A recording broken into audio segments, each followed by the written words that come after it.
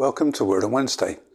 It's an opportunity midweek to pause and reflect on some of the things we looked at Gathered Worship on Sunday. This week was the last in our kick-off series for the year, Loving God, Loving People. It comes from Matthew 22, where Jesus is asked, which is the greatest command? And he says, love the Lord your God with kind of your heart, soul, your mind, all that you are. And love other people as yourself. Loving God, loving people. That's what we want to be about as a community of his people throughout this year and beyond. Loving God, loving people. Our scriptures were from 1 John 3 and from James 2. And it's where James starts calling people foolish. Why? He says, well, it's foolish to try and maintain that there's a disconnect between the claim to faith, the claim to know God, and something being seen in the world. And what he's talking about is the meeting of material need. It doesn't add up, says James, if there's the claim to faith, but there's nothing in terms of practical need. When we see a need, we should look to meet it. And it's a kind of verification, it's a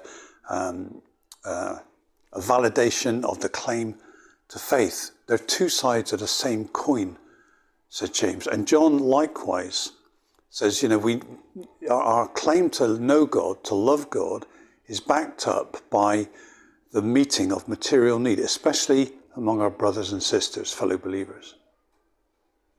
And James says, faith that is results in action, the action makes the faith complete. It kind of ratifies it, if you like. And John says, our love for God is made complete when we are those that reach out to meet material need, the material needs of those around us. You can't separate the claim to faith and the meeting of need. And it's this kind of idea of loving God, loving people, isn't it? We reach up in love and adoration and glory, or seek to glorify God, and we reach out in love to those around us. Two sides of the same coin. And as we kind of went on, we wonder where we were going to go with that, because as a church, actually, we do stuff. We do look to meet material need. And I was grateful for that morning where two people stood up and shared about how they are looking to meet material need as a person of God, as part of our community. It was great. So in some ways, we're kind of doing it. We get it, we're doing it. But what was God wanting to say in that? And it was about the issue of freedom. See, the issue isn't about giving our money away. The issue is about giving ourselves away. That's what Jesus did on the cross, wasn't it? He gave himself away. He gave himself to God in obedience to God's will, that he would go through death on the cross. And in doing so, he was giving himself to those around, reaching up, reaching out. That's what he was doing. Giving himself to the world in breaking the power of sin and death over humanity through his obedience to God on the cross, reaching up, reaching out. What was the issue? Well, the issue was the freedom to do that. The freedom to give ourselves away. Not just give our money away, but to give ourselves away. And it was that the Lord highlighted a problem. And that some of us struggle to give ourselves away to God or to other people because we doubt our value in God's eyes. And so we ended on that place of trying to understand the wonder and reality of the value that God places on our lives as human beings.